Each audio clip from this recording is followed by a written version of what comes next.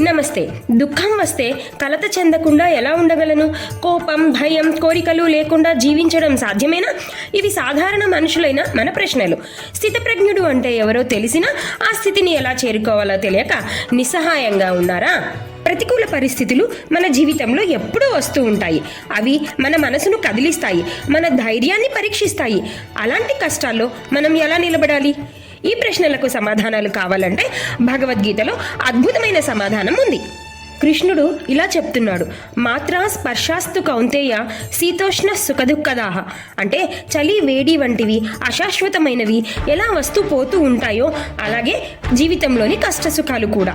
కానీ శాశ్వతమైనది నీలోని అనంతమైన దివ్యత్వం, అపారమైన శక్తి. నీలోని ఆ శక్తిని గుర్తించు, ఆ దివ్యత్వాన్ని నమ్ము.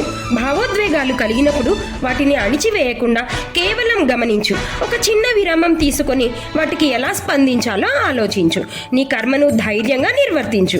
నీ ప్రయత్నం వృధా కాదు. అప్పుడు కష్టాలు మనల్ని కాదు, మనం కష్టాలను నియంత్రించగలం. మరి ఎవరైతే ఇటువంటి కష్టాలతో సతమతమవుతున్నారో ఆ మీ వారందరికీ ఈ వీడియో వెంటనే షేర్ చేసి వారి మనశ్శాంతికి కారణం అవ్వండి.